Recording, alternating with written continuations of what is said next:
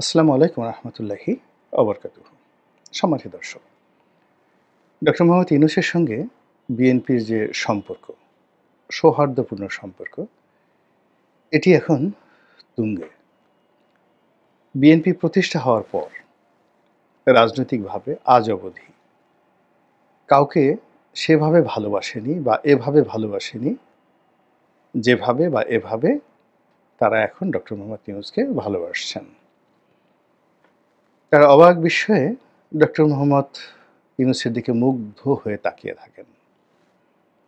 তার অভিব্যক্তি, তার চেহারা, তার কর্মপন্থা, তার দক্ষতা এবং অভিজ্ঞতা এবং দুনিয়া জোড়া যে সুনাম এবং সুখ্যাতি, সে ব্যাপারে বিএনপির যে মনোভাব এতটা পবিত্র, এতটা নিখাত, এতটা বিশ্বস্ত, এবং এই প্রেমের যে স্তর, সেই স্তর শিরি ফরহাদ বা লাইলি মজনুর যে প্রেম সম্ভবত সাংঘর্ষিক হবে। কোনটা বেশি? বিএনপির যারা শীর্ষ নেতৃত্ব তারা মনে করেন চাঁদের কলঙ্ক থাকতে পারে, কিন্তু ডক্টর মোহাম্মদ ইউনূসের কোনো কলঙ্ক থাকতে পারে না। এই বাংলায় বর্ষাকালে গ্রীষ্ম চলে আসতে পারে, শীতকালে হঠাৎ করে বসন্ত চলে আসতে পারে, কিংবা যেটা ইন্দোনেশিয়া বা জাপানে যে সুনামি হয়, আমাদের বাংলাদেশে সাধারণত এ ধরনের সুনামি হয় না। আমাদের দেশে ঘূর্ণিঝড় হয়, জলোচ্ছ্বাস হয়, বড় জোর ছোটোখাটো ভূমিকম্প হয়। তো আমাদের এই বাংলায় যদি জাপানের সেই যে কুখ্যাত বিধ্বংসী সুনামি, যা জাপানকে তছনছ করে দিয়েছিল এবং যার ঢেউ ইন্দোনেশিয়াতে লেগেছিল, তো বঙ্গোপসাগরের উপকূলে সেই সুনামি যদি আছড়ে পড়ে, এই অসম্ভব ঘটনা বাংলাদেশে যদিও সম্ভব হয়, কিন্তু তারপরেও ডক্টর মোহাম্মদ ইউনূসের যে জবান, পবিত্র জবান দিয়ে তিনি জনাব তারেক রহমান সাহেবের কাছে অঙ্গীকার করেছেন, এই অঙ্গীকার তিনি ভঙ্গ করবেন না বা এটা সম্ভব নয়। বিএনপির ঈমান এত স্ট্রং এবং সেই ঈমান এতটা নিখাত, তারা ডক্টর মোহাম্মদ ইউনূসের নাম শুনলে এখন তাদের মধ্যে এক ধরনের প্রশান্তি চলে আসে।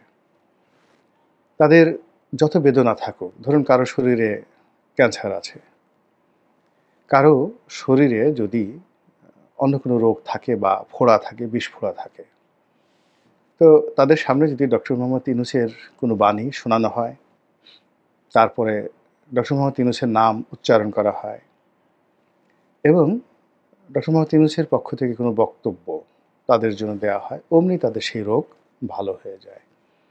তাদের মুখে হাসি ফোটে এবং বসন্ত যাকে বলে তাদের জীবনে চলে আসে। এইরকম একটি অবস্থা শুরু হয়ে গেছে। এবং বিএনপির এই যে প্রেম, এখন এটা কি একতরফা নাকি পারস্পরিক, এটা প্রশ্ন সাপেক্ষ বিষয়। কিন্তু বিএনপির এই প্রেমে পুরো বাংলাদেশে একটা রাজনৈতিক বিপর্যয় দেখা দিয়েছে। যারা এতদিন ডক্টর মোহাম্মদ ইউনূসের সঙ্গে সুসম্পর্কে যুক্ত ছিলেন, তাকে তাদের ত্রাণকর্তা আপনজন ভেবেছিলেন, তাদের বক্তব্য হলো, এটা কী ধরনের কথা?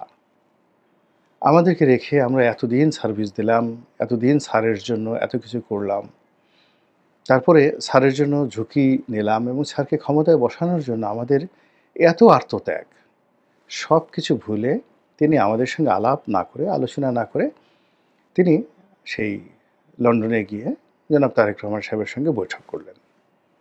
তাও আবার যেন তেন বৈঠক নয়, একেবারে ক্লোজ ডোর, দরজা বন্ধ করে একাকী বৈঠক। এবং আরও গুরুত্বপূর্ণ বিষয় হলো যে জনাব তারেক রহমান এবং ডক্টর মোহাম্মদ ইউনূসের মধ্যে যে বৈঠকটি হলো, এটা মারেফতের একেবারে সর্বোচ্চ স্তর। এবং আপনারা শরীয়ত এবং মারেফত সম্পর্কে জানেন। শরীয়তের যে বিষয়গুলো সেটা হলো দালিলিক, প্র্যাকটিক্যাল এবং দৃশ্যমান। আর মারেফতের যে বিষয়গুলো থাকে সেটি হলো সিনা টু সিনা, অন্তর থেকে অন্তরে। এটা আলোকিত হতে থাকে। আল্লাহর সঙ্গে বান্দার যে সম্পর্ক, গোপন সম্পর্ক, এটাকে মারেফত বলা হয়, গোপন সম্পর্ক, এবং এটার ভেদ বাইরের কোনো লোক বুঝতে পারে না। তো সেক্ষেত্রে ডক্টর মোহাম্মদ ইউনূসের সঙ্গে তারেক রহমান সাহেবের যে সম্পর্ক, এই মারেফতি সম্পর্ক, সেই সম্পর্কের মধ্যে তাদের মধ্যে কী আলোচনা হয়েছে, তারা কি বলেছেন, এবং তাদের মধ্যে সেই বলার পরে কেন বাংলাদেশের রাজনীতি সব উথাল-পাতাল হয়ে গেল, এগুলো নিয়ে যারা রাজনীতির শরিয়তি মৌলবি, প্রকাশ্য রাজনীতি যারা করেন, তাদের মধ্যে চিত্ত চাঞ্চল্য দেখা দিয়েছে। তাদের মন ভীষণ ভারী, তারা ক্লান্ত, তারা বিধ্বস্ত, তারা বিক্ষুব্ধ। তারা ডক্টর মোহাম্মদ ইউনূসকে অনেকে ত্যাগ করার হুমকি দিয়েছেন, অনেকে অভিমান করে দূরে সরে রয়েছেন। ডক্টর মোহাম্মদ ইউনূস আবার অনেককে কাছে টেনে এনেছেন, আনার চেষ্টা করছেন, কিন্তু কাজের কাজ হয়নি। বরং ডক্টর মোহাম্মদ ইউনূস এবং বিএনপির যে প্রেম, এটি ক্রমশ বাড়ছে।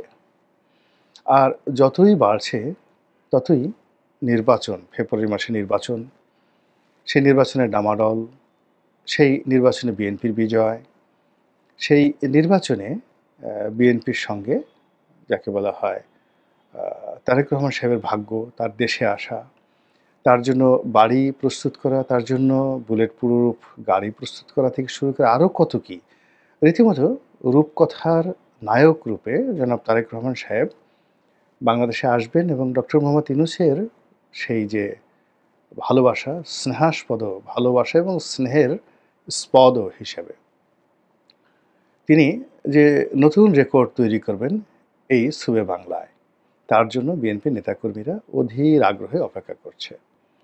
সামাজিক মাধ্যম জুড়ে তার জয় জয়কার, নেতা আসছেন, নেতা আসবেন, এ যেন ত্রাণকর্তা।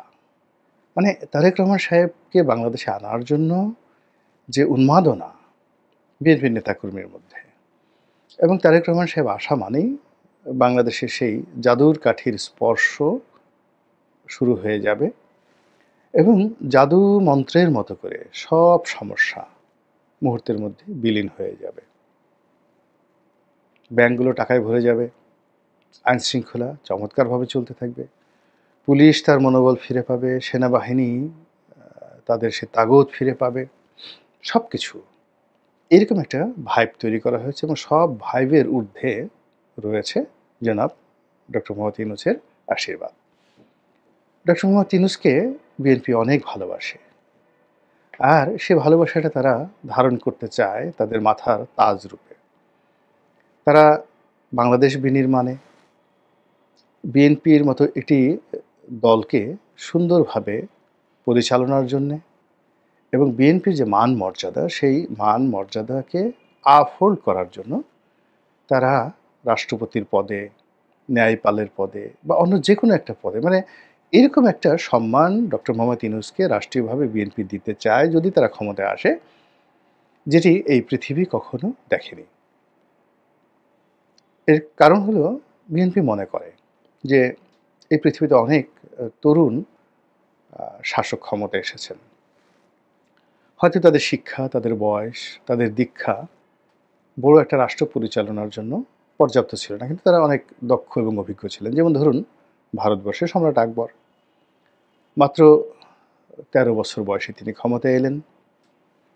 তো সেক্ষেত্রে তাকে ক্ষমতায় টিকিয়ে রাখার জন্য বৈরাম খান যে গুরুত্বপূর্ণ ভূমিকা পালন করেছেন, খুবই সুদক্ষ সেনাপতি, ভীষণ রকম কূটনীতিবিদ, সাহসী, মহাবীর, এবং তৎকালীন দুনিয়াতে মানে চীন দেশে, ভারতে এবং ইরানে, আফগানিস্তানে এবং সমরকান্ত এবং বুখারাতে, মানে বৈরাম খানের তলোয়ারের যে সুনাম, সেই সুনাম মশহুর ছিল।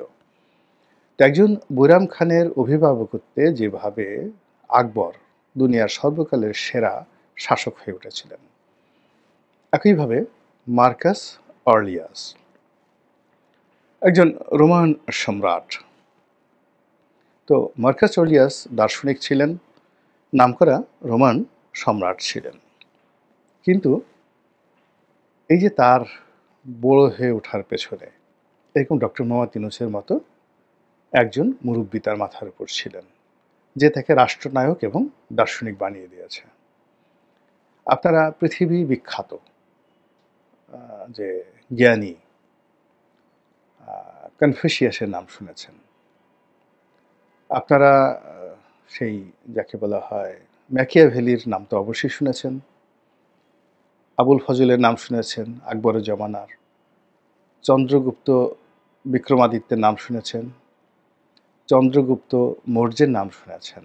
সকলের মাথার উপরে কখনো চাণক্য রূপে, কখনো ভীমদেব রূপে, কখনো যাকে বলা হয় কৃষ্ণ রূপে, কখনো প্লেটো রূপে, অ্যারিস্টটল রূপে, কখনো আর্কিমিডিস রূপে শাসকদের উপরে যারা মুরব্বী হিসেবে ছিলেন তারাই পৃথিবীতে নতুন ইতিহাস তৈরি করেছেন। তো সেক্ষেত্রে ডক্টর মোহাম্মদ ইউনূসের মতো বিশ্ববিশ্রুত একজন পণ্ডিত ব্যক্তি, তিনি যদি বিএনপির অভিভাবক হয়ে যান, তারেক রহমান সাহেবের অভিভাবক হয়ে যান এবং তার মাথার উপরে থাকেন, তাহলে এই মহাবিশ্বে রাজনীতির জন্য একটা নতুন মাইল ফলক বিএনপি এবং তারেক রহমান সাহেব গড়তে পারবেন। আমি যেভাবে বললাম, আমার ভাষা দুর্বল, আমার জ্ঞান আরও দুর্বল, আমি হয়তো ভেবে বলতে পারিনি, কিন্তু বিএনপির যারা খুব মাথাওয়ালা মানুষ, যারা বিএনপির খুব লেখাপড়া জানা মানুষ, তারা হয়তো এর চাইতে আরও ভালোভাবে ডক্টর মোহাম্মদ ইউনূস এবং জনাব তারেক রহমান সাহেবের যে বন্ধন, এটি নিয়ে তারা সুখর স্বপ্নে বিভোর। তারা বেগম জিয়ার সঙ্গে ডক্টর মোহাম্মদ ইউনূসের কথা হয়েছে, উনি টেলিফোন করেছেন। এতে বিএনপিতে রীতিমতো ঈদের বন্যা বয়ে যাচ্ছে, বলার মতো না। তো এই যে বন্যা, এই বন্যার ফলে কি হলো, ডক্টর মোহাম্মদ ইউনূসের প্রতি যে বিশ্বাস, আস্থা এবং প্রেম, বিএনপির যে প্রেম, এটি পাথরের মতো শক্ত, হিমালয়ের মতো অটল, প্রশান্ত মহাসাগরের মতো ধীর, স্থির এবং শান্ত। বিএনপি নড়ছে না। বিএনপি চাতক পাখির মতো তাকিয়ে আছে July, August, September, October, November, December, January, February এবং তাদের জীবনে অতীতে যেভাবে 15 ফেব্রুয়ারির একটা নির্বিঘ্ন নির্বাচন হয়েছিল, ওটা অনেক বদনাম হয়েছিল। কিন্তু এবার ডক্টর মোহাম্মদ ইউনূসের বদান্যতায় ফেব্রুয়ারি মাসে এত চমৎকার একটা নির্বাচন হবে, যে নির্বাচন